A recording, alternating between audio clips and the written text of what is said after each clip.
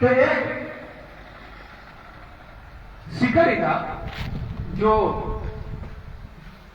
खेत के अंदर जो तीतर होते हैं उनको वो पकड़ता, सिटी ले जाके उनको बेचता। उनका एक मस्ती उनका धंधा था। तो वो क्या करता था कि एक तीतर को, उनको पालतू तीतर बनाया उसको और लेके आए और जंगल में बिठाया। और तीतर क्या करता है, वो आवाज करता है। तो दूसरे वाले तीतर सोचता है भाई अपने समाज से कोई आया हुआ है, कोई दुख पीड़ा होगी, उसके पास चले। तो जैसे जाते हैं तो उसको पिंजरे में पकड़ के मार्केट में ले जाके उनको दे देता है। तो ऐसे फिरते फिरते एक ग्राहक आया उनके पास में और उसको पूछता है कि भाई साहब इस तीतर की कीमत क्या है? तो वो बताता है इस तीतर की कीमत तो 60 रुपए है। तो नजर पड़ती है एक छोटे से पिंजरे में एक और तीतर रहता है। वो पूछता है इस तीतर की कीमत क्या है? तो वो बताता है कि इस तीतर की कीमत तो 1000 रुपए। वो बोलता है छोटा सा है, अलग बेटा है, उसकी कीमत 1000 रुपए कैसे? वो कहता है कि इसके 1000 रुपए कैसे? वो कहता है कि इसको मैं खुराक लेता हूँ, ये मेरे पालतू ये पालतू तीतर है। ये जब इसको लेके जाता हूँ इसके वहां ओले में तो ये आवाज लगाता है। आवाज सुन के आसपास के तीतर आते हैं, बैठते हैं जली पे, मैं उनको लेके आता हूँ बेचता हूँ। तो वो तो तीतर वो समझ गया अगर ये तो गलत हो। तो उसने बोला ये 1000 रुपए पकड़। सारे बाजार में उसको 1000 रुपए में खरीदा, उसको बिल्ली के हवाले कर। ग्राहक मालिक ने पूछा ये क्या किया तुमने? 1000 रुपए में खरीदा और बिल्ली के हवाले कर दिया। बोला इस गद्दारों की यहाँ कोई जरूरत नहीं है। ये समाज के अंदर, अपने समाज के अंदर देखा में उनको ला करके अपनी आवाज देता है कि तो समाज सुन के आ जाते हैं और उनको सारे बाजार में लाके देते हैं। तो ऐसा हो कि अपने को समाज में कोई जरूरत नहीं है। तो इस कहानी से आपको थोड़ा समझना चाहिए, इन गद्दारों को कोई अधिकार नहीं है कि अपना डाइवर्ट करके वोट किसी और को दिलाए। अपने बीएसपी को मजबूत करना है। साथियों समय बहुत कम बचा है। जितना आज मैं बोला उतना काफी। मैं आज अध्यक्ष जी को, प्रभारी जी को समय देना चाहूंगा। आगे की कड़ी में सभी को जय भीम, जय संविधान, विजय भीम।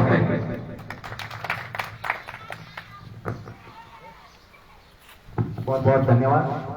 जोधपुर के जिला अध्यक्ष राहुल जी जयपाल अपनी बात रख रहे थे और अब मैं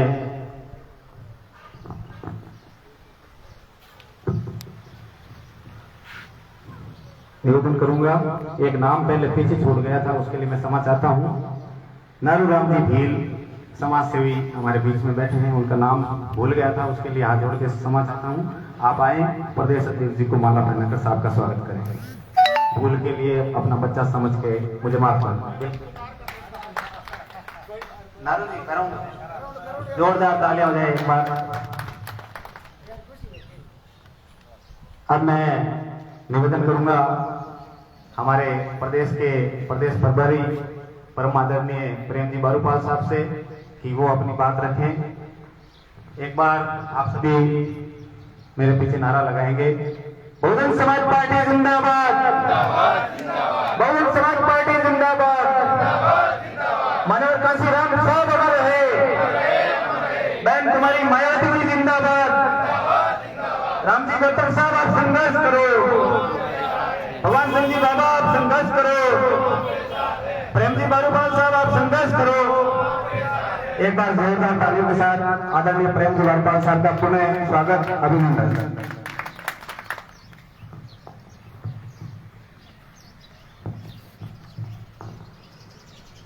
संविधान के निर्माता परम पूज्य बाबा साहब डॉक्टर भीमराव अम्बेडकर सारे समाज में राजनीति के प्रेरणा स्रोत मान्यवर साहब काशी राम जी के चरणों में शीश नमन करते हुए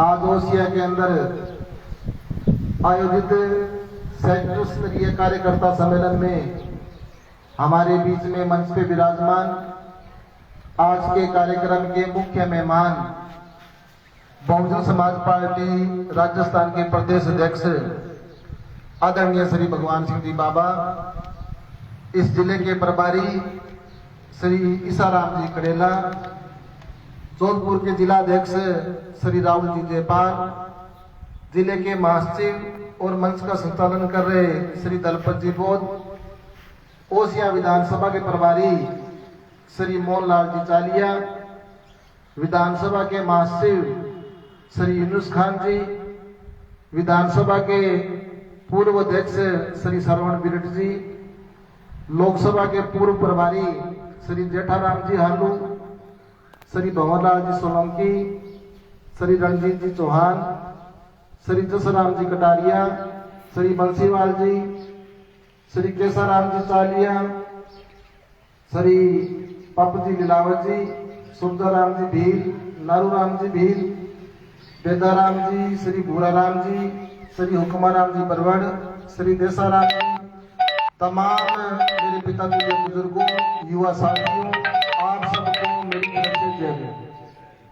सामान्य साथियों, पूरे राजस्थान प्रदेश के अंदर, पूरे देश के अंदर बहुजन समाज पार्टी के पदाधिकारी कार्यकर्ता काफी लंबे टाइम से गांव-गांव में जाकर के, हर मोहल्ले में जाकर के और जागृति अभियान चला रखा है।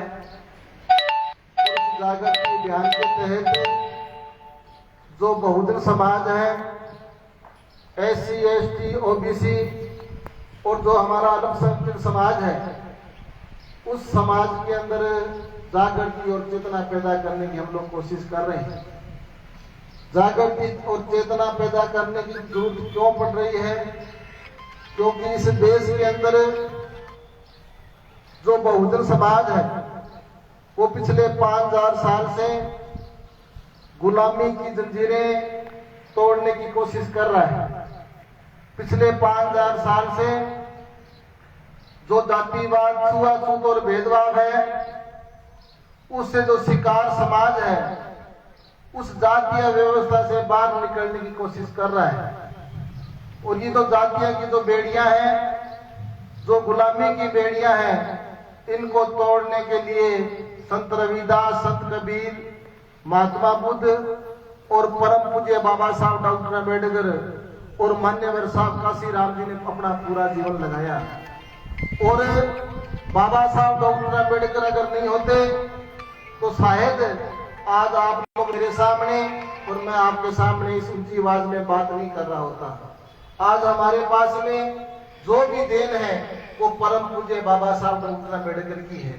बाबा साहब डॉक्टर अम्बेडकर ने हमें शिक्षा का, समानता का, संपत्ति का और वोट का अधिकार हमें लेके दिया, ताकि इस देश के अंदर जो गरीब समाज है, चाहे वो किसी भी जाति, किसी भी धर्म और किसी भी बिरादरी का है, उसको इस देश के अंदर इज्जत और मान सम्मान की जिंदगी जीने का मौका मिल सकता है। बाबा साहब डॉक्टर अम्बेडकर ने एक सपना सजोया था कि इस देश के अंदर गरीब की गरीबी खत्म हो, गुलामी खत्म हो, इस देश के अंदर जातिवाद, छुआछूत और भेदभाव खत्म हो, इस देश में धन और धरती का बंटवारा हो और सभी जाति वर्ग को समान हक और अधिकार कानून मिले। ऐसा सपना बाबा साहब डॉक्टर अम्बेडकर ने देखा था। और इस सपने को पूरा करने के लिए परम पूज्य बाबा साहब डॉक्टर अम्बेडकर ने 2 साल 11 महीने और 18 दिन के अंदर भारतीय संविधान लिखा। और उस संविधान के तहत आज इस देश के अंदर कानून व्यवस्था चलती है। बाबा साहब डॉक्टर अम्बेडकर ने हम सबको वोट का अधिकार लेकर के दिया। इस वोट के माध्यम से आप प्रदेश और देश की सतह पे आप लोग काबिज हो सकते हैं और सत्ता पे काबिज होकर के इस प्रदेश और देश के अंदर आप लोग अपने समाज का भला कर सकते हैं। ये सपना बाबा साहब डॉक्टर अम्बेडकर ने देखा। लेकिन बड़े ही दुख और तकलीफ की बात है कि देश को आजाद हुए 75 साल हो गए। आजादी के 75 साल के बाद में भी आज भी राजस्थानी पूरे देश के अंदर जाति के आधार पे कत्ल और बलात्कार की घटनाएं होती है। चाहे वो आपके पास में जालौर जिला है, चाहे इंद्र मेघवाल की घटना है, चाहे जितेंद्र मेघवाल की घटना है, चाहे कानाराम भील की घटना है, चाहे राम प्रसाद मीणा की घटना है, चाहे ओम प्रकाश रेकर की घटना है। राजस्थान के अंदर ऐसा कोई दिन नहीं निकलता है जिस दिन कोई अत्याचार या रेप की घटना नहीं हुई हो। बाबा साहब डॉक्टर अम्बेडकर ने जो संविधान लिखा वो संविधान आज तक अभी पूर्ण रूप से लागू नहीं हो पाया है। तो सामान्य साथियों, संविधान को पूर्ण रूप से लागू कराने के लिए और गरीब वर्ग को सत्ता पे काबिज करने के लिए मान्यवर साहब काशीराम जी जो पुणे में बहुत बड़े साइंटिस्ट थे, 1964 के अंदर जब उनको एहसास हुआ कि आज भी गरीब समाज पे जुल्म ज्यादतियां अत्याचार होते हैं और ये अत्याचार तब तक नहीं रुकेंगे जब तक गरीब वर्ग सत्ता पे काबिज नहीं होगा, जब तक हम लोग बाबा साहब डॉक्टर अंबेडकर की विचारों पे मंथन और चिंतन नहीं करेंगे, जब तक समाज में जागृति और चेतना पैदा नहीं होगी, तब तक गरीबी गुलामी खत्म होने वाली नहीं है। इस बात का एहसास मान्यवर साहब काशीराम जी को 1964 में हुआ तो मान्यवर साहब काशीराम जी ने ऑफिस में बैठे बैठे अपनी माँ को लेटर लिखा कि हे माँ, आज के बाद में तू मेरी माँ नहीं है, मैं तेरा बेटा नहीं। आज के बाद में मैं कभी शादी नहीं करवाऊंगा और आज जीवन में कुंवारा रह करके मैं मेरे समाज में जागृति और चेतना पैदा करने का मैं काम करूंगा। और ऑफिस में बैठे बैठे ही सरकार को इस्तीफा लिखा कि मैं ऐसी घटिया सरकार की नौकरी नहीं करूंगा जिस सरकार के अंदर मेरे गरीब समाज के बच्चे, मेरे गरीब समाज की बहन बेटियां अपना जिस्म बेच के पेट भरती है, मैं ऐसी घटिया सरकार की नौकरी नहीं करूंगा। और मान्यवर साहब काशीराम जी नौकरी से इस्तीफा दे करके और बाबा साहब डॉक्टर अंबेडकर की तस्वीर पे आके कसम खाई कि बाबा तेरा मिशन अधूरा काशीराम करेगा पूरा। और ऐसी कसम खा के मान्यवर साहब काशीराम जी सारा ऐसो राम छोड़ करके अपनी नौकरी को छोड़ करके और गांव गांव में जाकर के समाज को तैयार करने का काम किया। गांव गांव में जाकर के समाज में जागृति और चेतना पैदा करने का काम किया। और जब माननीय बहन कुमारी मायावती जी मान्यवर साहब काशीराम जी के संपर्क में आई तो माननीय बहन कुमारी मायावती जी ने भी नौकरी को छोड़ दिया और कसम खाई कि मैं भी आज शादी नहीं करूंगी और मैं मेरा पूरा जीवन इस समाज के लिए लगाऊंगी। और 14 अप्रैल सन 1984 को बहुजन समाज पार्टी बनाई जिसका नीला झंडा और हाथी का निशान रखा। सम्मानित साथियों, मान्यवर साहब काशीराम जी ने सपना देखा था कि जो बहुजन समाज है, मेघवाड़, रेगर, खटीक, धोबी, वाल्मीकि, सुनार, सुतार, लोहार, ढोंडी, ये जो 6743 जातियां हैं, इनके घर घर में नेता पैदा हो। जब तक घर घर में एक लड़की और एक लड़की, एक लड़का और एक लड़की नेता नहीं बनेगा, तब तक इस देश और प्रदेश के अंदर जागृति और चेतना पैदा होने वाली नहीं। जब तक घर घर में नेता पैदा नहीं होगा, तब तक हमारी गरीबी गुलामी खत्म होने वाली नहीं है। इसीलिए मान्यवर साहब काशीराम जी ने आप लोगों को पार्टी बना के दी। साहब काशीराम जी ने कहा राजस्थान नहीं पूरे देश के अंदर ऐसी कोई विधानसभा नहीं है जिस विधानसभा के ऊपर 70-80 हजार वोट से कम आपका वोट हो। ऐसी कोई विधानसभा नहीं है जिस विधानसभा के ऊपर आपका दबदबा नहीं है। और आज सारी ताकत राजनीति के अंदर है, सारी ताकत और सारी पावर राजनीति के अंदर है। और इस ताकत के ऊपर कब्जा जब तक गरीब वर्ग के हाथ में नहीं आएगा, तब तक उसका उत्थान करने के लिए कोई बाहर से आदमी आने वाला नहीं। मान्यवर साहब काशीराम जी ने कहा कि हमें अपने पैरों पे खड़ा होकर के हमें अपने हक अधिकारों की लड़ाई लड़नी पड़ेगी। मैं आपको आपकी पार्टी बना के दे रहा हूं, इसको आपको तन मन धन से सिंचना पड़ेगा। और जब ये तन मन धन से जब आप सिंचोगे, जब ये पौधा बड़ा बन जाएगा, पेड़ बन जाएगा, फल देने लग जाएगा, तब आपको 7 पीढ़ियों तक भी आपके ऊपर कोई गुलामी और गरीबी घरों में रहने वाली नहीं है। ये बात मान्यवर साहब काशीराम जी ने बोली है। लेकिन हमारा दुर्भाग्य है कि हमारे बुजुर्गों ने बाबा साहब डॉक्टर अंबेडकर की बात का मंथन और चिंतन नहीं किया जब बाबा साहब जिंदा थे। आज बाबा साहब भी हमारे बीच में नहीं है, मान्यवर साहब काशीराम जी भी हमारे बीच में नहीं। आज माननीय बहन कुमारी मायावती जी हमारे हक अधिकारों की लड़ाई लड़ती, लेकिन आज भी हम लोग माननीय बहन कुमारी मायावती जी की बातों को मानने के लिए हम लोग तैयार नहीं। जय भीम कहने से और बाबा साहब डॉक्टर अंबेडकर की प्रतिमा लगाने से काम चलने वाला नहीं है। हमारे लोगों ने बाबा रामदेव के क्या पता कितने बड़े बड़े मंदिर बना रखे हैं, हर घर में मंदिर बना रखे हैं, फिर भी हम लोगों का भला नहीं हो पाया, क्योंकि हम लोगों ने बाबा रामदेव की भी बात को हम लोगों ने नहीं माना, संत रविदास संत कबीर की भी बात को हम लोगों ने नहीं माना,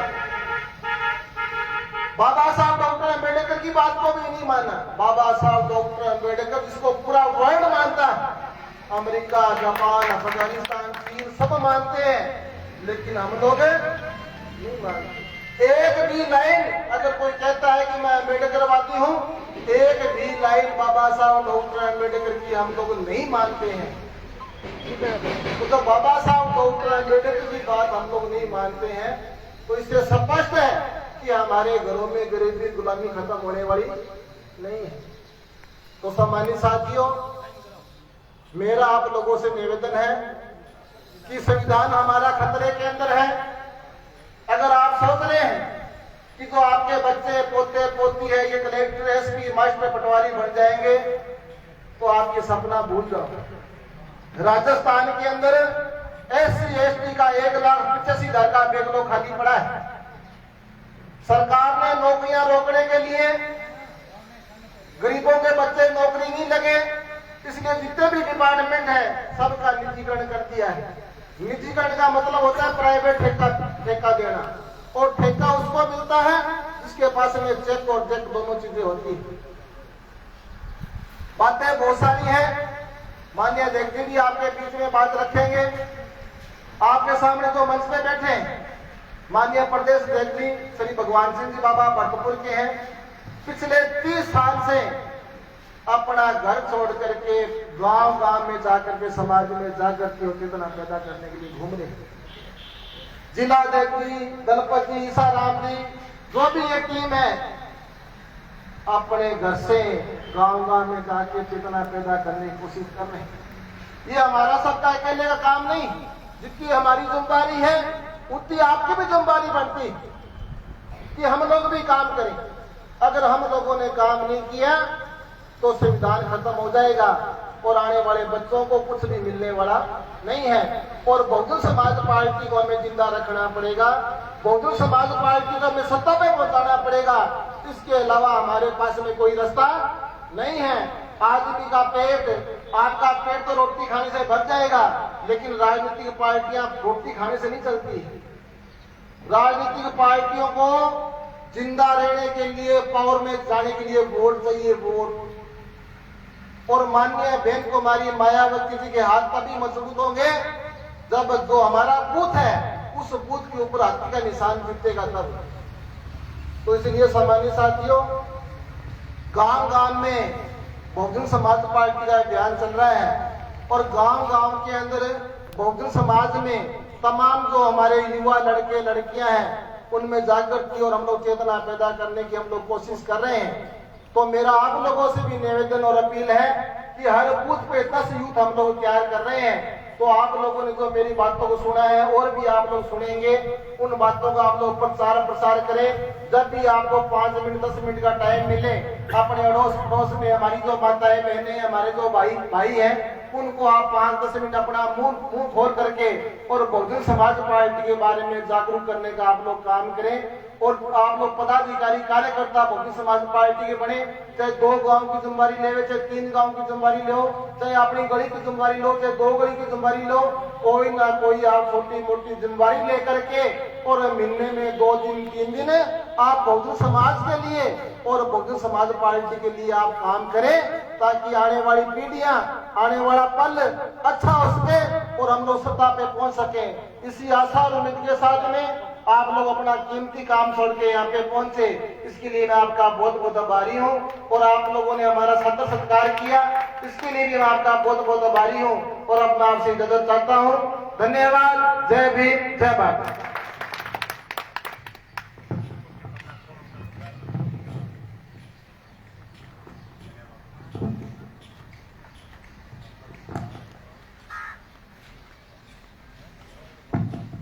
हमारे बीच में अपनी बात रख रहे थे बहुजन समाज पार्टी की रीति नीति के बारे में परम आदरणीय प्रेम जी बारूपाल साहब, प्रदेश प्रभारी राजस्थान। एक बार जोरदार तालियां हो जाए उनके लिए। और जैसा कि आज कम संख्या में कार्यकर्ता आए हैं, तो अब हमारा फर्ज ये बनता है, क्योंकि हमारा समाज मजदूरी करने वाला है, मजदूरी पे जाता है, तो हमें उस चीज को ध्यान में रखते हुए जितने लोग आए हैं, आपसे मैं उम्मीद करूंगा कि हम लोग रात्रिकालीन कैडर पुनः शुरू करें। पहले वो हम करते थे, तो आप जहाँ रहते हैं, जिस गांव में रहते हैं, दूसरे गांव में आपका मित्र है, रिश्तेदारी है, उस गांव में सायंकालीन कैडर करें। मैं और ईसाराम जी जब आप कैडर करेंगे, पर डे करेंगे, तो हम पर डे आएंगे। और ओसिया में इस बार हमें परिवर्तन लाना है, बड़ा रिजल्ट देना है। कौन कौन तैयार है, एक बार हाथ खड़े करके जो है बताएं कि हम रात्रिकालीन कैडर करवाने के लिए तैयार हैं। जोरदार तालियां एक बार खुद के लिए बजा दीजिए आप। अब मैं ज्यादा समय न गंवाते हुए हमारे कार्यक्रम के चीफ गेस्ट साहब को बुलाने से पहले आपसे निवेदन करूंगा, एक बार, क्योंकि हमारे जो गेस्ट होते हैं वो स्पीच में बुलाने से पहले एक बार हम नारेबाजी करते हैं। बहुजन समाज पार्टी जिंदाबाद, बहुजन समाज पार्टी जिंदाबाद, बाबा साहब अमर रहे, मानवर कांसीराम साहब अमर रहे, बहन कुमारी मायावती जी जिंदाबाद, रामजी गौतम साहब आप संघर्ष करो, भगवान सिंह जी बाबा साहब आप संघर्ष करो, प्रेम जी बारूपाल साहब आप संघर्ष करो। इन्हीं शब्दों के साथ में एक बार जोरदार तालियां हो जाए भगवान सिंह जी बाबा साहब के लिए।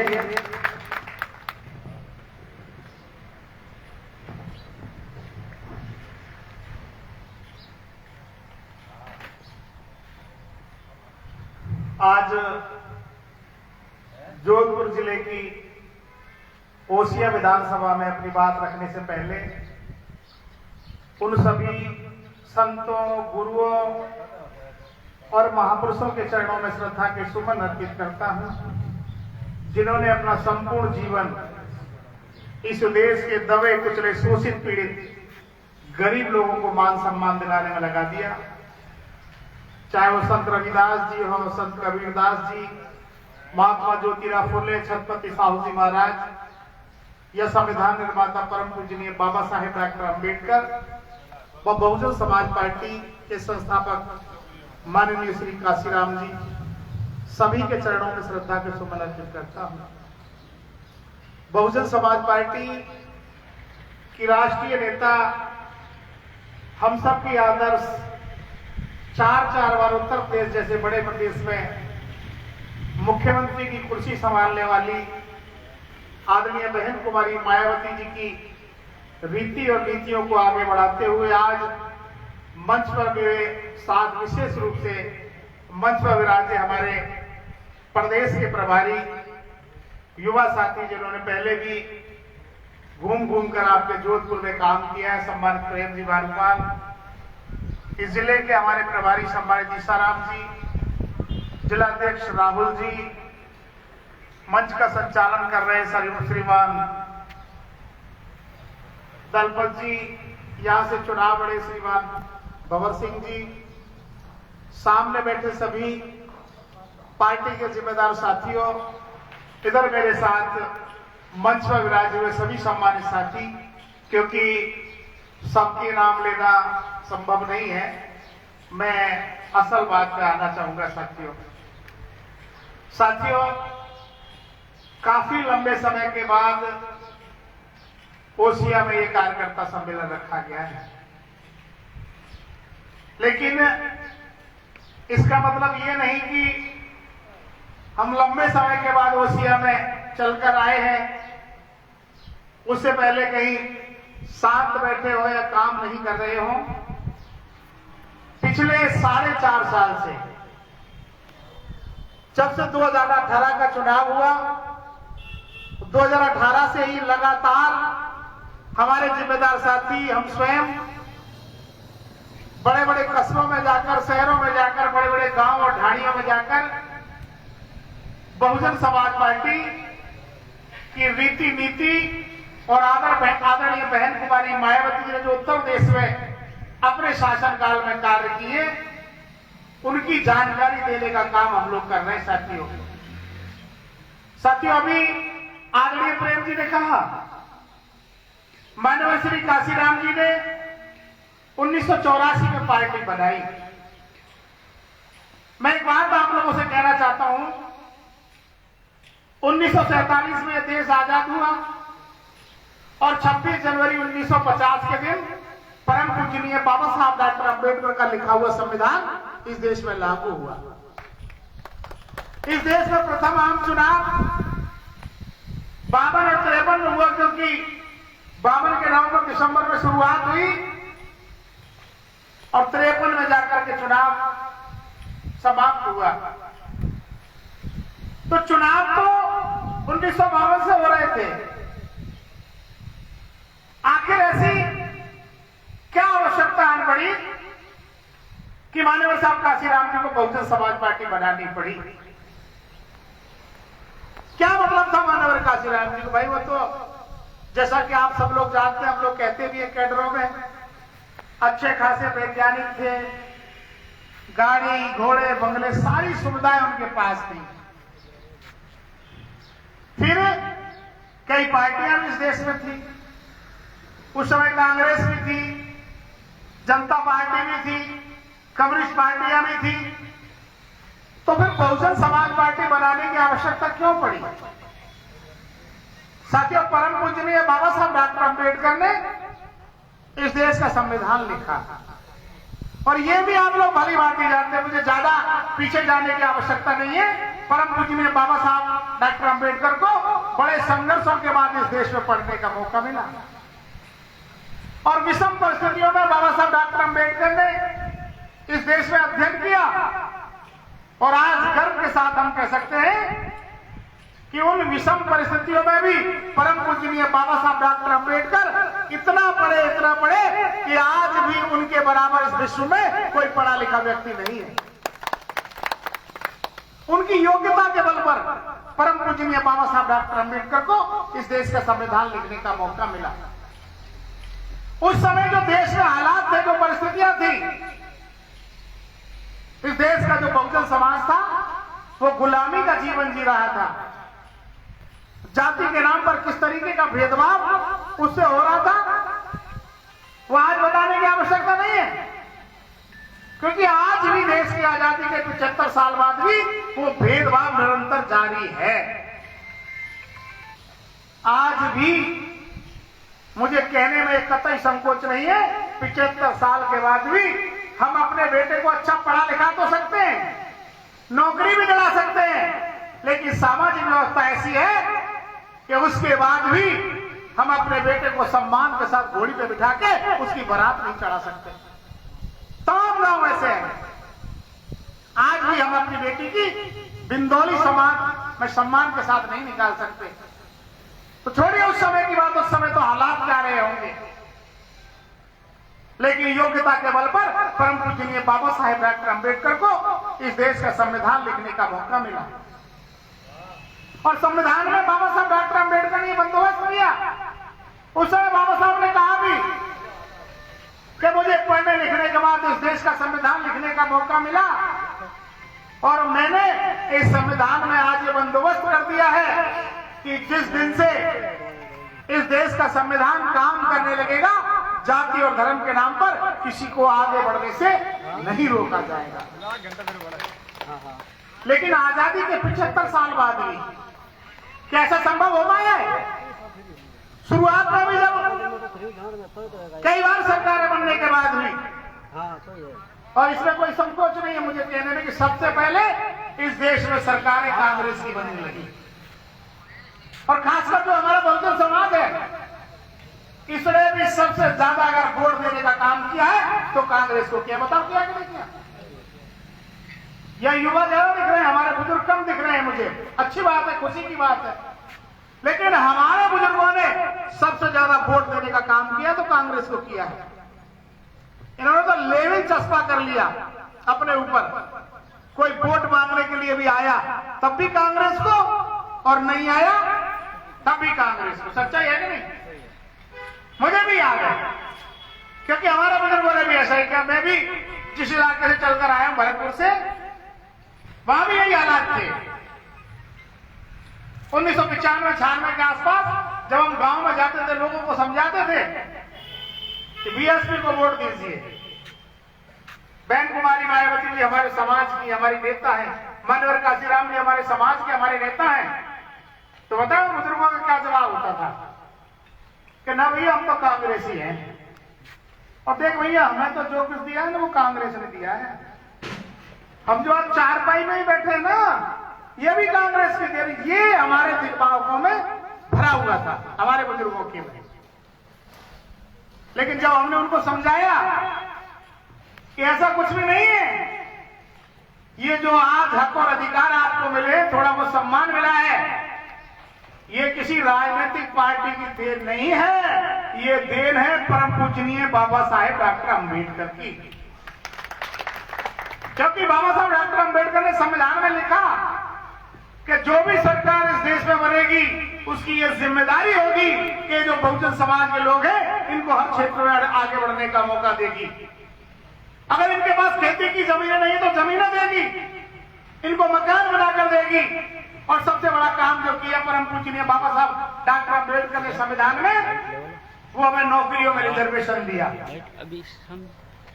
आज जब हम शहरों में जाते हैं, कस्बों में जाते हैं, अच्छे गांव में जाते हैं, हमारे लोगों ने 4-4, 6-6 कमरे के मकान बना लिए हैं, बंगले बना लिए हैं, घर में मार्बल और शिफ्ट लगा लिया है। 4 पहिए की गाड़ी अगर घर के आगे खड़ी है, 2 पहिए की गाड़ी अगर घर के आगे खड़ी है, तो ये देन परम पूजनीय बाबा साहब ने जो नौकरियों में रिजर्वेशन दिया उसकी देन है। इस देश की अर्थव्यवस्था में कृषि और व्यापार का बहुत बड़ा योगदान है। कहते हैं ना कृषि प्रधान देश है ये। 70% गांव में लोग निवास करते हैं, और हम लोगों के हालात क्या है कृषि में? 2 बीघा, 4 बीघा, 6 बीघा, 8 बीघा। आप बहुत सारे लोग बैठे हैं, बताइए आप में से अगर कोई हो या आपके आस पड़ोस में गांव में कोई हो जो 100 बीघा जमीन का मालिक हो, तो हाथ उठा के बताओ मुझे। 2 आदमी, 3 आदमी। बहुत खुशी की बात है, बहुत खुशी की। मैं तो पूरे राजस्थान में घूमता हूं, और जब कहता हूं उठाओ आप कोई 100 बीघा मालिक हो, एक हाथ नहीं उठता, एक नहीं उठता। 50 की बात करता हूं फिर भी नहीं उठते। 30, 20, 10 सबके हाथ नीचे रहते हैं। लेकिन जब मैं कहता हूं उठाओ हाथ 2, 4, 6 बीघा वाले, सारे लोगों के हाथ उठ जाते हैं। और 2 बीघा, 4 बीघा, 6 बीघा में हम अच्छे मकान बना नहीं सकते और अपने बच्चों को अच्छी शिक्षा दिला नहीं सकते। सच्चाई है कि नहीं? व्यापार की बात आप लोग करें, जोधपुर बहुत बड़ी इंडस्ट्री है, पत्थरों की बड़ी बड़ी खाने हैं, यहां भी इंडस्ट्री होगी।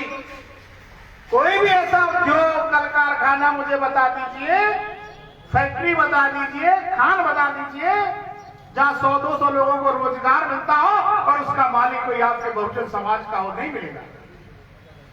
तो हमारे पास जो कुछ भी है वो परम पूजनीय बाबा साहब डॉक्टर अंबेडकर के संविधान की बदौलत।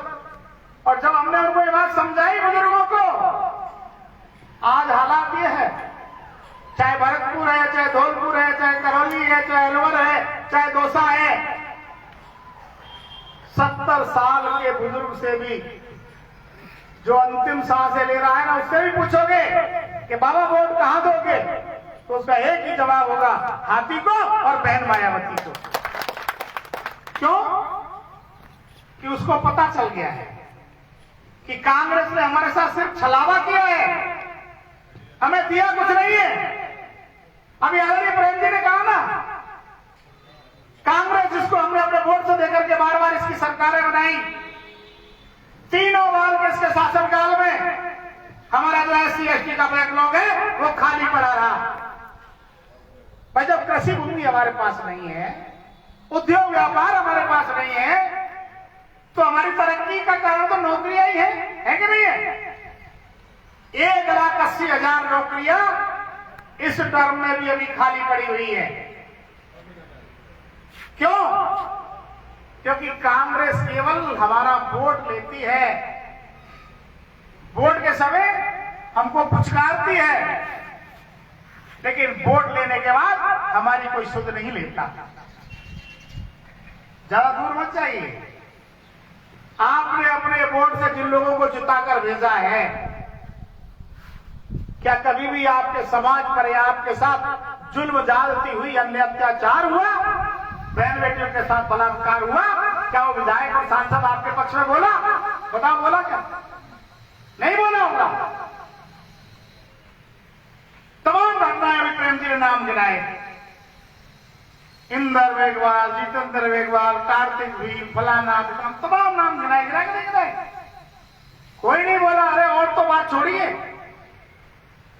अभी पालतू तीतर की बात बनाई ना रोहित जी ने, कांग्रेस और बीजेपी से जो विधायक और सांसद आपके समाज के जीत के जाते हैं, वो भी नहीं बोलते। आपने देखा होगा, बहुत बड़ा नेता हमारा कहा जाता है, कानून मंत्री बना है आज, कानून मंत्री, लोग तुलना कर रहे हैं साहब, बाबा साहब के बाद पहली बार दलित समाज के व्यक्ति को कानून मंत्री बनाया गया है। ये उनके गुलाम हैं।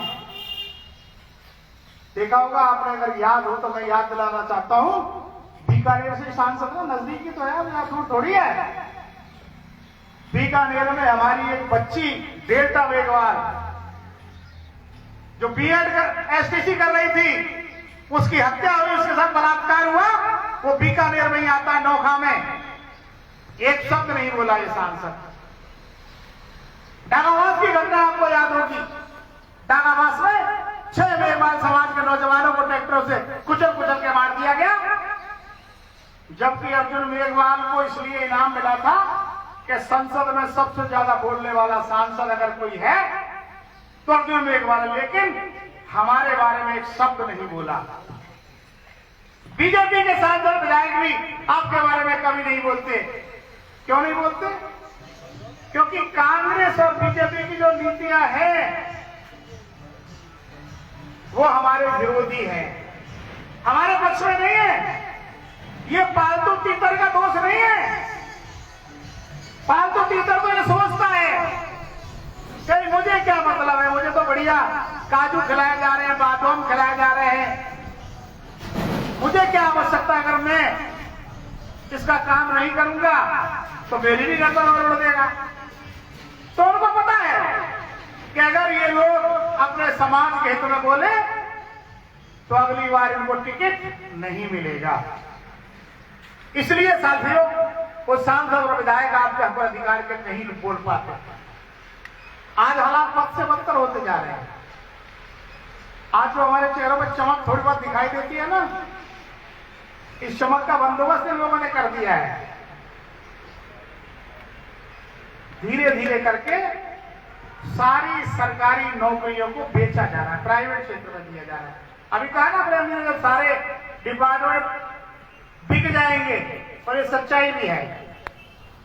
जब सारे सरकारी डिपार्टमेंट बनिया के हाथ में चले जाएंगे तो बनिया, आज हालात क्या है, अखबारों में छप रहा है, लोग कहते भी है सोशल मीडिया पे कि 2 लोग देश को बेच रहे हैं। बताओगे कौन कौन है? नाम बताओ जरा। मोदी और अमित शाह। और दूसरे शब्दों में ये भी कहते हैं कि 2 लोग ही खरीद रहे हैं। कौन कौन है? अडानी अंबानी। जब सारे सरकारी डिपार्टमेंट अडानी और अंबानी जैसे बढ़ियाओं के हाथ में चले जाएंगे, फिर आपके बच्चे को वह मजदूरी करने की नौकरी तो मिल जाएगी, सफाई कर्मचारी की नौकरी भी मिल जाएगी, बोझा ढोने की नौकरी मिल जाएगी, फिर आपके बच्चे को वह कुर्सी पे बैठने की नौकरी नहीं मिलेगी। अभी मैं देख रहा था, अभी एक्सीडेंट हुआ है, सोशल मीडिया में कुछ लोग लिख रहे साहब रिजर्वेशन के कारण कुछ लोग रेलवे में आ जाते हैं, उसकी वजह से एक्सीडेंट हो रहे हैं। कभी आपने सुना है कभी एससी के डॉक्टर ने किसी के पेट में कैंची छोड़ी हो? सुना है कभी? नहीं सुना होगा। जितनी ईमानदारी और मेहनत से बहुजन समाज का सरकारी कर्मचारी नौकरी करता है, शायद कोई कर ही नहीं सकता, क्योंकि उसको डर है कि ऊपर जो बैठे हुए लोग हैं वो मेरी नौकरी खा जाएंगे। सच्चाई है कि नहीं? और अक्षमता का आरोप हम पे लगाया जाता है, ये तो अक्षम लोग हैं। आज टीना डाबी जैसलमेर की कलेक्टर है, टॉप किया कि नहीं है पूरे देश में। हमारे युवाओं में प्रतिभा की कहीं कमी नहीं है। आज जो हमारे युवा नौकरियों में आ रहे हैं, कंपटीशन फाइट करके आ रहे हैं, उनकी जो रैंक है वो जनरल से भी ज्यादा जा रही है। सच्चाई है कि नहीं है? लेकिन हम पर तो जाति का लेवल लगा हुआ है कि भाई हम एससी के हैं, एसटी के हैं, ओबीसी के हैं, इसलिए हमारा शोषण हो रहा है।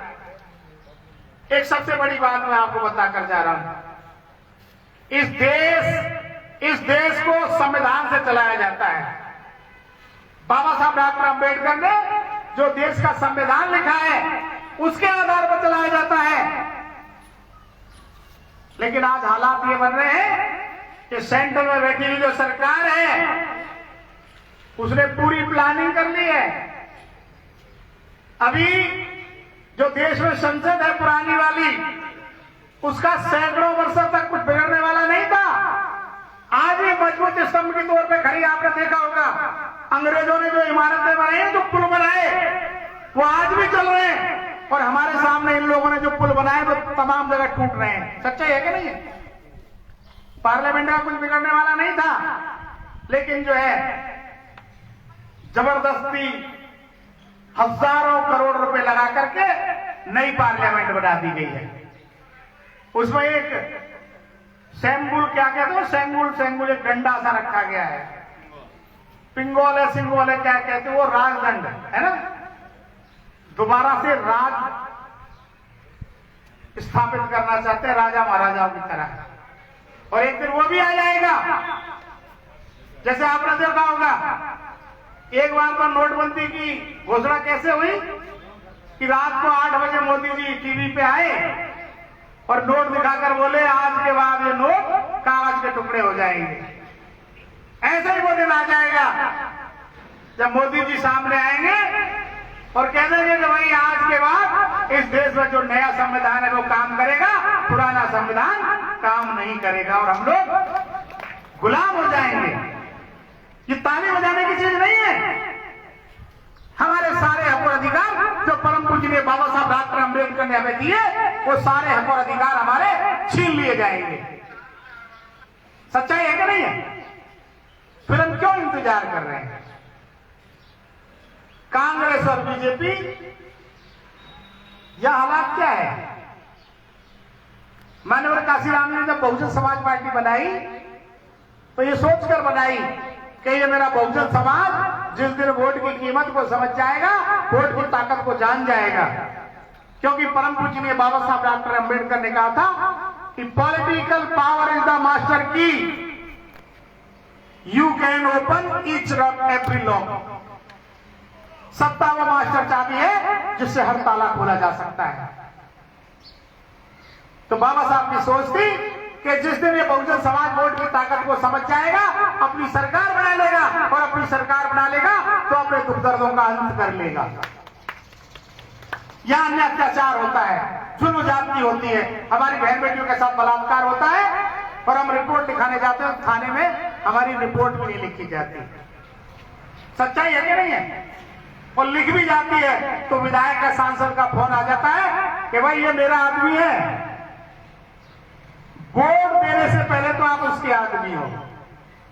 देखा होगा गांव नजदीक आ रहा है चुनाव, 4.5-5 महीने रह रहे हैं, बहुत सारे लोग जो कभी आपसे मिलते नहीं, कभी आपकी परवाह नहीं करते, वो लोग भी आपके गांव में आएंगे। फिर तो वो भी, और मीणा साहब क्या हाल चाल है, और भील साहब क्या हाल है?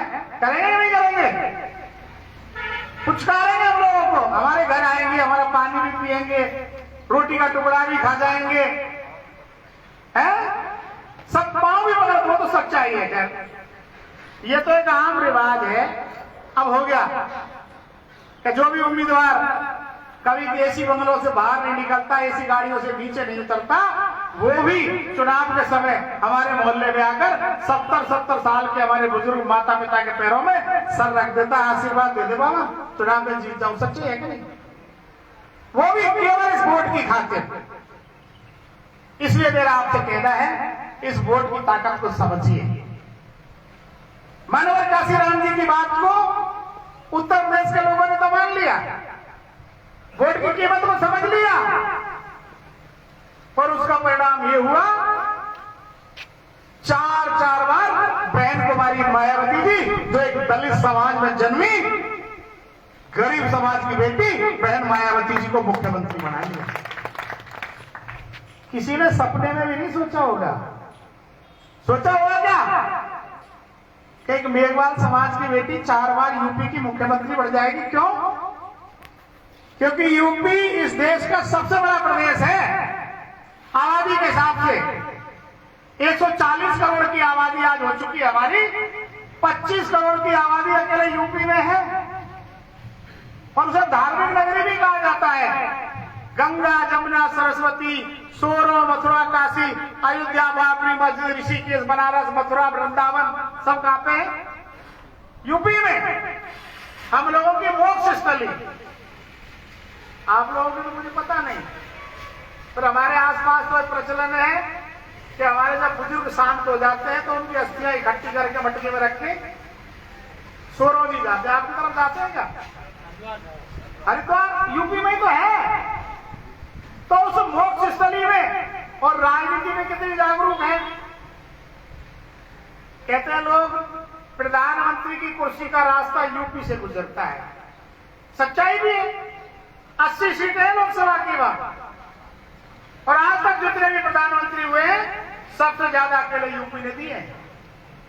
जवाहरलाल नेहरू, लाल बहादुर शास्त्री, इंदिरा गांधी, राजीव गांधी, चंद्रशेखर, वीपी सिंह, अटल बिहारी वाजपेयी, चौधरी चरण सिंह और आज मोदी भी कहां से बनारस से है ना।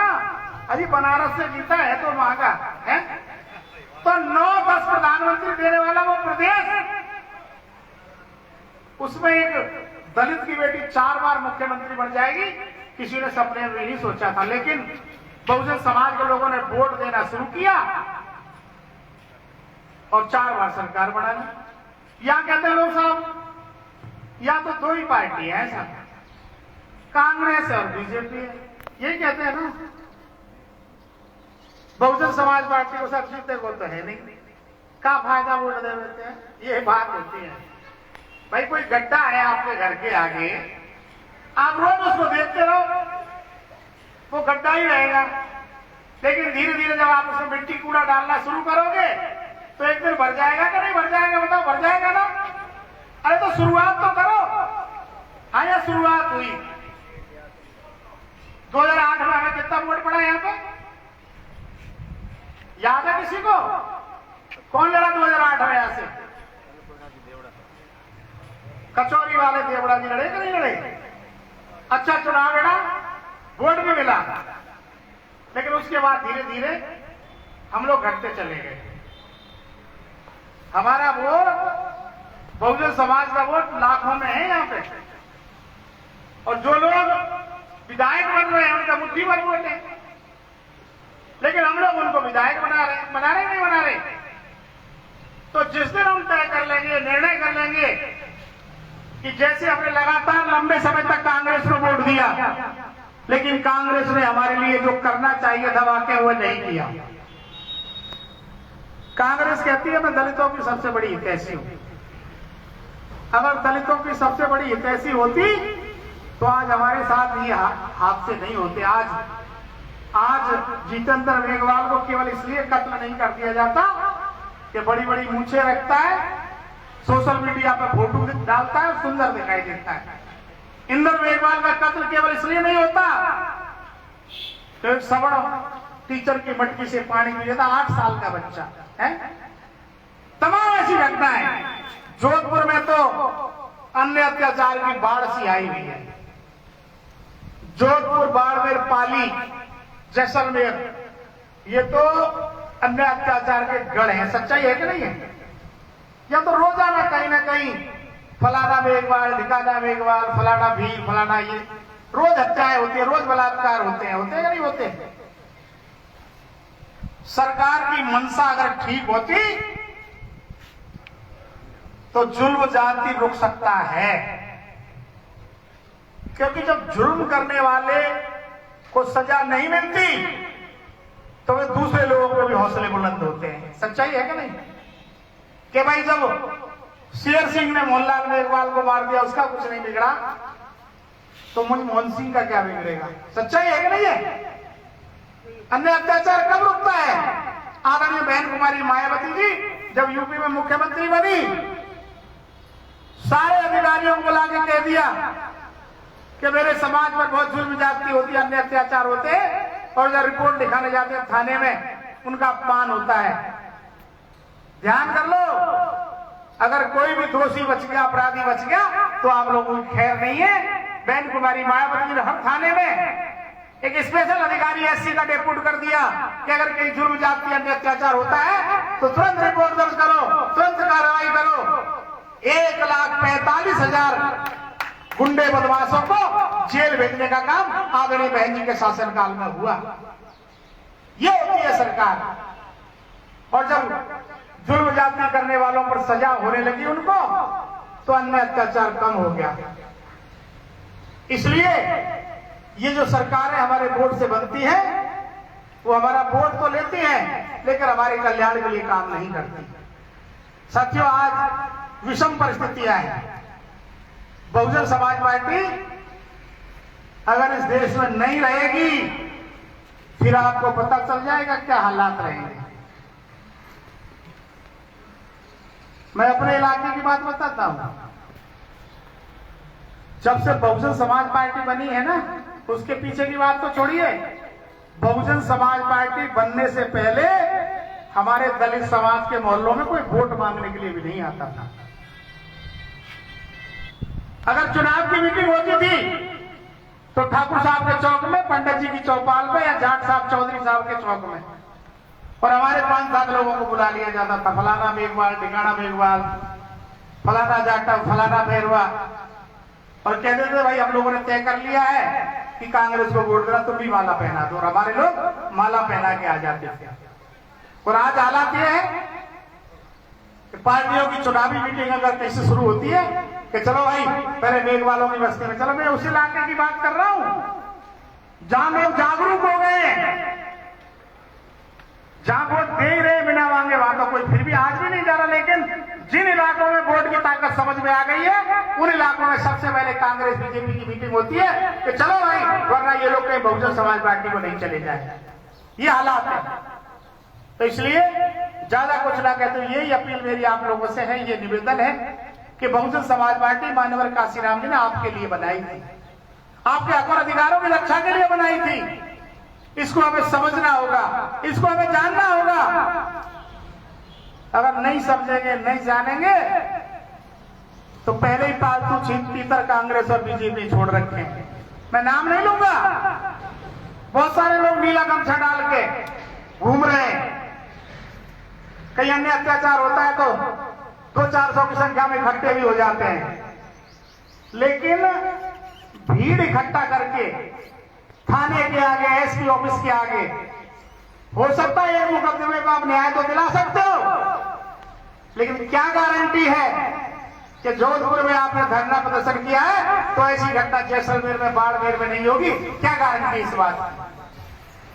गारंटी तब होगी जब आपकी सरकार होगी, सरकार में आपकी भागीदारी होगी, सरकार में आपकी हिस्सेदारी होगी, तब जाकर गारंटी मिल सकती है जुर्म जाति अत्याचार से छुटकारा पाने की। इसलिए आप लोग आगे ध्यान रखें।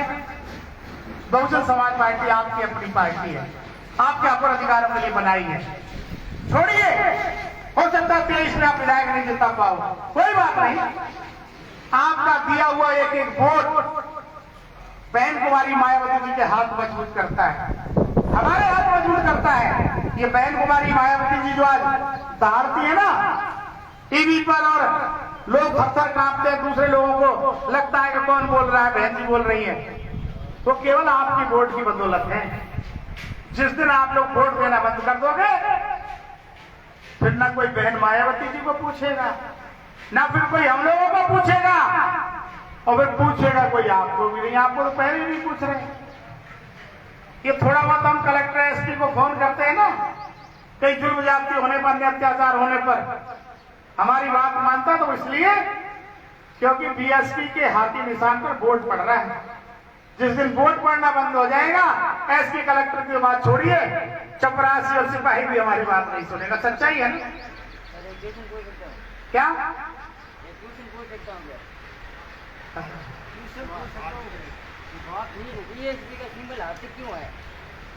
बीएसपी का सिंबल हाथी कि बाबा साहब डॉक्टर अंबेडकर ने जब रिपब्लिकन पार्टी ऑफ इंडिया बनाई ना, तब बाबा साहब ने हाथी चुनाव निशान रखा।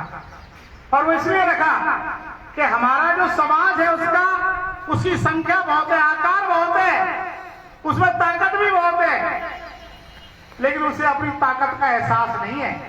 हमारा समाज हाथी के समान है, लेकिन एक 50 किलो का व्यक्ति उसके सर पे बैठ के उसको चलाता या नहीं चलाता पहलवान।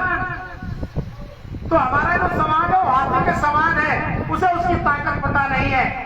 और जिस दिन इस हाथी को अपनी ताकत का एहसास हो जाता है, वो अच्छों को धराशायी कर देता है। कर देता या नहीं कर देता? तो इसीलिए मानव साहब काशीराम जी और बाबा साहब ने इस सिंबल को अपनाया था। तो आपसे भी मेरा अनुरोध है, आपकी अपनी पार्टी बीएसपी है, आपकी अपनी नेता बहन जी है, बीएसपी को मजबूत करें। इसी उम्मीद और आशा के साथ मैं तमाम जिम्मेदारी साथियों से भी कहूंगा कि चुनाव में मात्र 5.5 महीने का समय बचा है। जून हो गया ना, जुलाई, अगस्त, सितंबर, अक्टूबर, जुलाई, अगस्त, सितंबर, अक्टूबर, 4 महीने और 15 दिन, लिए 4.5 महीने। नवंबर में तो चुनाव होना है कि नहीं होना है? फिर कितना समय बचा? थोड़ा सा ही समय बचा है ना। तो थोड़ा हम लोग मेहनत कर लें, प्रयास कर लें, तो मुझे भरोसा है कि अब की बार हम लोगों ने जो विशेष ध्यान लगाया हुआ है, अभी हमारे साथियों ने कहा कि हमारा लक्ष्य है कि बीएसपी राजस्थान में बैलेंस ऑफ पावर बने। बैलेंस ऑफ पावर का मतलब आप समझते हो?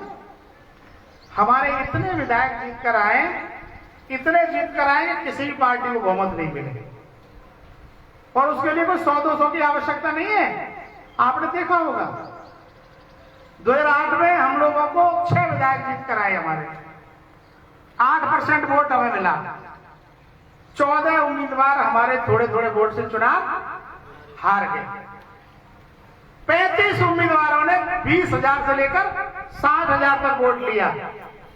उस समय कांग्रेस ने 95 अपने एमएलए जिताए, बीजेपी के 80 जीते, 6 हमारे जीते, और 14 सीट जो थी उसमें से 9 सीट हम थोड़े थोड़े वोट से हार गए। वो 9-10 सीटें अगर हम और जीत जाते, क्योंकि आपके पड़ोस में शिवाना थी, बाड़मेर में थोड़े से वोट से हम चुनाव हार गए। आपके लूणी थी जोधपुर में, सेकंड रही। चूरू में जो है राजगढ़ मनोज नागली का भाई वीरेंद्र नागली, सेकंड रही, थोड़े वोट से चुनाव हारे। धौलपुर में proper Dholpur BL Babulal Kushwaha 850 vote से चुनाव हारे। करौली में दर्शन सिंह गुर्जर 650 वोट से चुनाव हारा। नदवाई भरतपुर में यशवंत रामू 2100 वोट से चुनाव हारा। 9 सीटें थोड़े थोड़े वोट से चुनाव हार गए। वो 9 सीट हम और जीत जाते, हमारी होती 15, कांग्रेस की 9 कम हो जाती, क्योंकि वो कांग्रेस जीत गई वो सीट। कांग्रेस भी 85-90 और बीजेपी ही इतनी, फिर दोनों पार्टियों को होड़ लग जाती कि भैया बीएसपी वालों सरकार बनाओ, हम समर्थन दे रहे हैं। क्योंकि याद करिए 1995 में से 1995 में 425 सीटें थी एमएलए की, मात्र 69 सीटें हम जीते। किसी को बहुमत नहीं मिला, ना कांग्रेस को मिला, ना बीजेपी को मिला, ना सपा को मिला, ना राष्ट्रीय लोकदल को मिला, ना हमें मिला। और मजबूरी हो गई 69 सीटों पर ही बहन कुमारी मायावती 95 में मुख्यमंत्री बन गई। फिर 97 में यही हुआ, फिर 69 जीती, फिर भी किसी को बहुमत नहीं मिला, और 6 महीने के लिए फिर बहन जी मुख्यमंत्री बनी। 2002 में हमारे 99 एमएलए जीत कर आए। उस समय भी चाहिए थी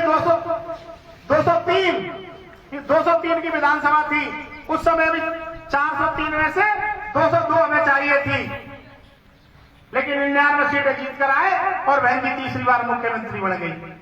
लेकिन जब आदरणीय बहन कुमारी मायावती जी ने अपने हर शासनकाल में सर्व समाज के लोगों के कल्याण के काम किए, और सबसे ज्यादा बहुजन समाज के लोगों के लिए काम किया। क्यों? कि इनको केवल पार्टियों ने मूर्ख बनाया, इनके विकास की बात तो की। आज भी कांग्रेस और बीजेपी का जो घोषणा पत्र जारी होता है, एक लाइन उसमें लिखी जाती है कि हम दलित समाज के कल्याण के लिए कोई कसर नहीं छोड़ेंगे। हजारों करोड़ का बजट भी आवंटित होता है। अगर 1% भी हमारे विकास के लिए काम होते तो 70 साल की आजादी के बाद, 75 साल की आजादी के बाद 70% तो हमारी स्थिति में परिवर्तन आता कि नहीं आता? लेकिन नहीं आया। तो बहन जी ने इस बहुजन समाज के लिए ज्यादा काम किया और उसका प्रतिफल ये हुआ कि चौथी बार स्पष्ट बहुमत की सरकार वह बन गई। तो यहां भी हम लोगों का प्रयास है। हमने 60 सीटों पर विशेष रूप से फोकस किया है। चुनाव तो 200 लड़ेंगे, इसमें कोई डाउट है ही नहीं, लेकिन 60 सीटों पर हमारी जबरदस्त तैयारी है। लगातार हमारे दौरे हो रहे हैं। हमारे प्रदेश के प्रभारी, प्रदेश के महासचिव, सचिव, हमारे सांसद जी, हम स्वयं उन सीटों पर बार बार जा रहे हैं, बड़ी बड़ी जनसभाएं कर रहे हैं, मीटिंगें कर रहे हैं। हमारा लक्ष्य है कि उन 60 सीटों में से कम इतनी सीटें जीत कर आए कि किसी भी पार्टी को फिर बहुमत नहीं मिले और फिर राजस्थान में बीएसपी को सरकार बनाने का मौका मिले। लेकिन यह भी जरूरी है कि हर सीट पर हमें ज्यादा से ज्यादा वोट पड़े, क्योंकि पार्टी को राष्ट्रीय पार्टी बनाए रखने के लिए हर प्रांत में जो है वोटों % जरूरी है। तो आप लोगों से मेरा यही अनुरोध है, आने वाले समय में आप बीएसपी का साथ देकर, नीले झंडे का साथ देकर आदरणीय बहन कुमारी मायावती जी के हाथ मजबूत करेंगे। इसी उम्मीद और आशा के साथ आप सभी साथियों को मेरा जय भीम, जय भारत, धन्यवाद।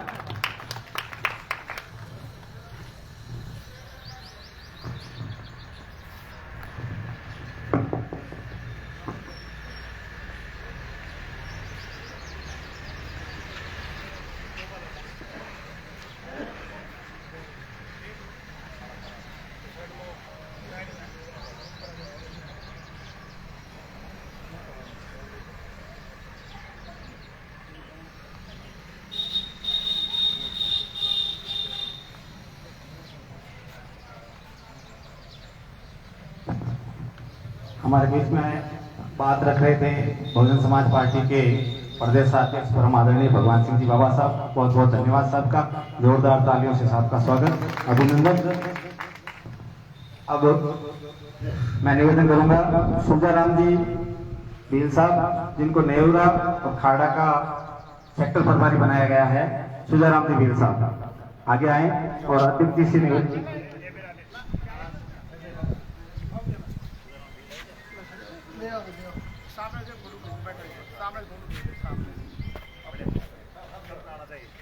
पीछे चले जाओ और एक कुर्सी पीछे चले जाओ, बोले आ रहा है सबका आ रहा है, नहीं आ रहा, बस एक से ले लो।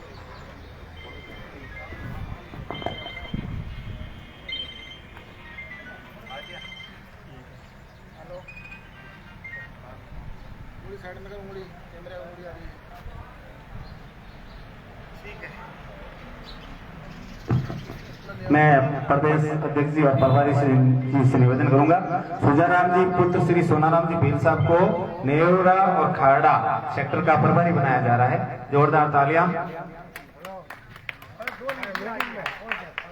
दो पैरी उधर फोटो खिंचवाओ।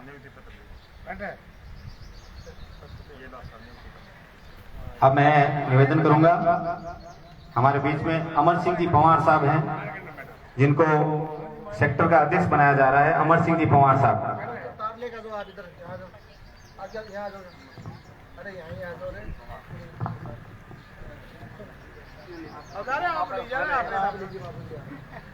आज तो आप पहले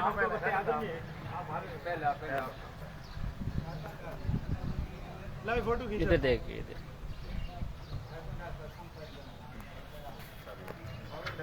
अब मैं नारूराम जी बीजाराम जी भील को नेवरा बूथ का अध्यक्ष बनाया जा रहा है। नारूराम जी भील साहब।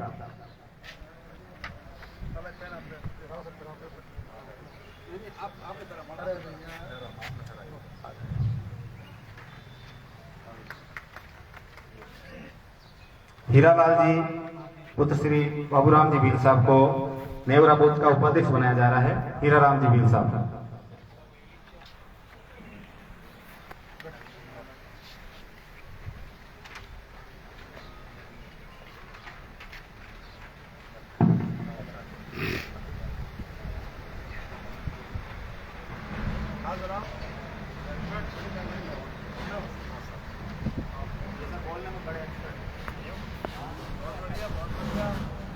अब मैं निवेदन करूंगा अर्जुन राम जी पुत्र श्री सुरजाराम जी भील साहब को बूथ नेवरा का सचिव बनाया जा रहा है।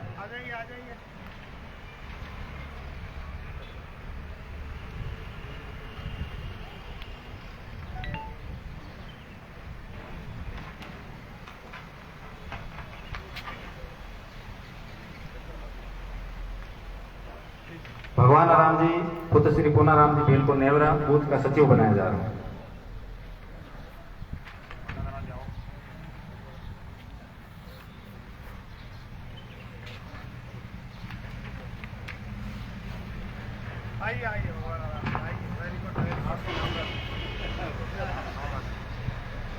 बख्ता राम जी को नेवरा बूथ का सदस्य बनाया जा रहा है। बख्ता राम जी पुत्र श्री तेजाराम जी भील।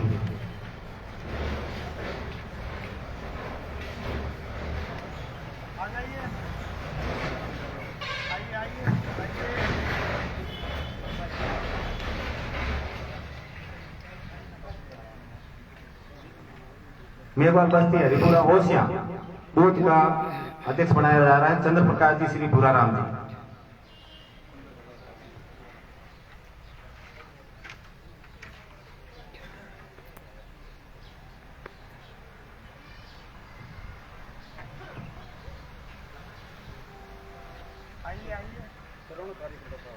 बहुत अच्छी बात। ये कोई बात नहीं, लाइए। राजू सिंह जी पुत्र श्री मोहन सिंह जी को बूथ बेटवासिया का बूथ अध्यक्ष बनाया जा रहा है। राजू सिंह जी।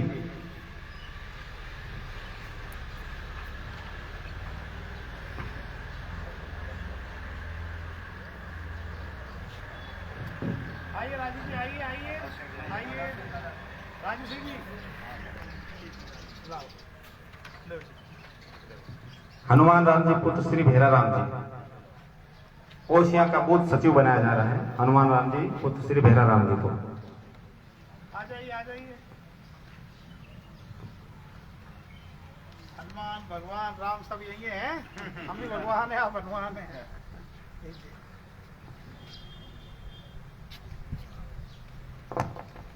हो गए। अभी साहब ने बताया था कि पढ़ाई में जैसे अपन बीच में एक दसाराम जी कटारे साहब बैठे हैं, इनकी बच्ची 100 में से 99.20% नंबर लाई है और यूपीएससी की तैयारी कर रही है। इसको माला भरा के सम्मानित करें। 99.20 मतलब 5 विषय में एक में 100 में 100, बाकी 4 में 99 100 में 99 नहीं 10 में 13 और 12 में 99.20%। और अभी वो यूपीएससी की तैयारी कर रही है और वो मैं गारंटी के साथ कहना हूँ कलेक्टर बन जाएगी, IAS बनेगी। 99.20 के बावजूद हमारी शुभकामनाएं आपके साथ हैं। धन्यवाद।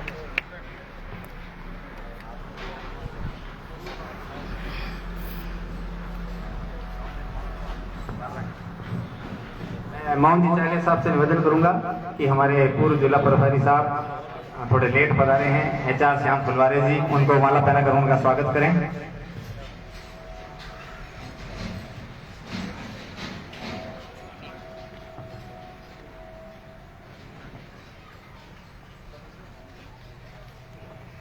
मैं प्रदेश अध्यक्ष जी भगवान सिंह जी बाबा साहब बरूपाल साहब से निवेदन करूंगा कि ओसिया विधानसभा का जो अध्यक्ष का जो पद है मोहन राम जी चाइलिया साहब, जेठाराम जी आलू साहब और करनाराम जी, भूराराम जी, देदाराम जी, हुक्माराम जी, केसाराम जी साहब सभी से डिस्कस करने के बाद में पूर्व में यहाँ से MLA का चुनाव लड़ चुके और BSP की विचारधारा उनके रग रग में बसी हुई है। हम उनको ओसिया विधानसभा का अध्यक्ष बनाना चाहते हैं। तो हम चाहते हैं कि भाई आप ही अपने हाथों से उनको साफा और माला पहनाकर उनको अध्यक्ष पद की जिम्मेदारी दें। मैं निवेदन करूंगा भंवरलाल जी सोलंकी साहब से आप आगे पधारें और अध्यक्ष साहब और बारूपाल साहब से निवेदन रहेगा कि उनको साफा और माला पहनाकर ओसिया विधानसभा के विधानसभा अध्यक्ष पद की जिम्मेदारी उन्हें प्रदान करावें।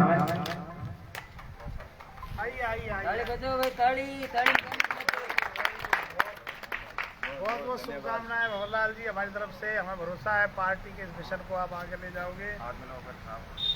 पहनाओ माला पहनाओ।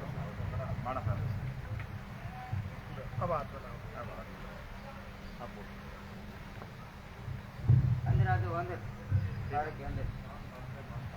धन्यवाद। जय भीम जय भीम। अब मैं कार्यक्रम के समापन की घोषणा करता हूं। उससे पहले समस्त जितने भी साथी आए हैं उनसे निवेदन है कि एक ग्रुप फोटो हो जाए। इसी साइड में एक ग्रुप फोटो जो है हो जाए। उसके बाद में जो है चाय पानी की व्यवस्था की गई है। एक बार सामने आ जाए ग्रुप फोटो के लिए।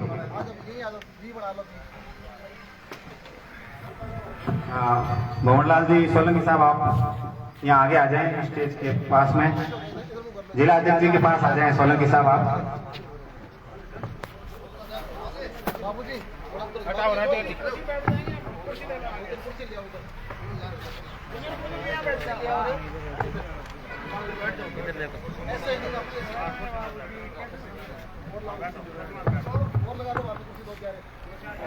लगा के बैठ जाओ सर। बैठो बैठ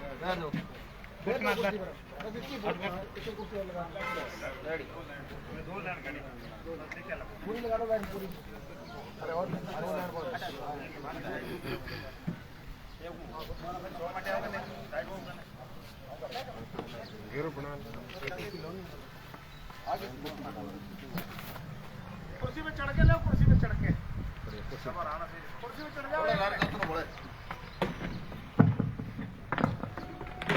कुर्सी पे चढ़ जाओ, एक बार कुर्सी पर पीछे चढ़े।